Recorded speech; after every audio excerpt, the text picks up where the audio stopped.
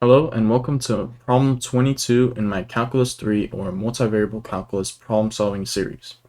In this video, we're going to look at how to solve line integrals across vector fields. So in this video, we're going to look at line integrals across vector fields. So unlike in the previous video, we were looking at line integrals across scalar valued functions, which is like a surface or a surface in 3 dimensions. Now we're looking at line integrals across vector fields. So what is a vector field? A vector field is a function which you input a point and it outputs a vector. So for every point on this xy plane, there would exist a vector which is the output of when you plug in that point into this function. So one example of what the vector field could represent in real life is wind.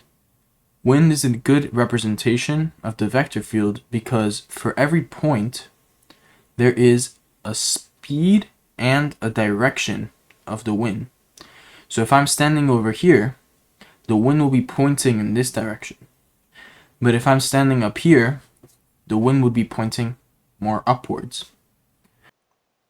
So now let's say that we want to do the line integral of a curve C, and the curve it can be any curve, and I'll just make it a straight line for now. So let's say that this is my curve C, and I go from this point to this point upwards in that direction, and I want to calculate the line integral of f along the curve C. So how would I do this? So what does a line integral represent in this situation? So the line integral basically calculates how much, so if you think about the vector field as wind, the line integral calculates how much is the wind helping you. So when I'm over here, when I'm moving along the curve here, in this bottom part, the wind will be pushing against me.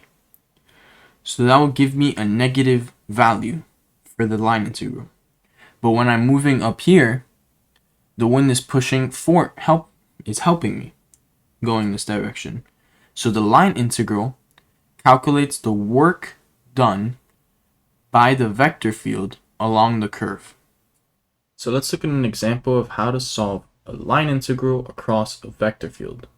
So here we have the line integral along C of f dot dr, where f of x comma y comma z is a vector field, and r is your curve, which we want to take the line integral of. So f is 8x squared times y times z, comma 5z, comma minus 4xy. And r of t is your curve, which is t, comma t squared, comma t cubed, where t is from 0 to 1. So the first step to finding the line integral is we want to find f in terms of r of t. And the way we do this is, instead of having x here, x, y, and z as your variable, you want to use t. So when we see x, we use t. When we see y, we use t squared. And for z, we use t cubed. And that's going to give us 8t to the 7th, comma 5t cubed, comma minus 4t cubed. Then we want to find r prime. And to do this, we're just going to take the derivative of r. And it's going to be 1, comma 2t, comma 3t squared. Then we want to find f dot r prime. And then this is going to be 1 times 8t to the 7th plus 2t times 5t cubed, or 10t to the 4th. And finally plus or minus 3t squared times 4t cubed, or minus 12t to the 5th. Then we're going to take the integral in terms of t from 0 to 1 of f dot r prime. And we solve this like any other integral, and we get 1. So our final answer is going to be 1.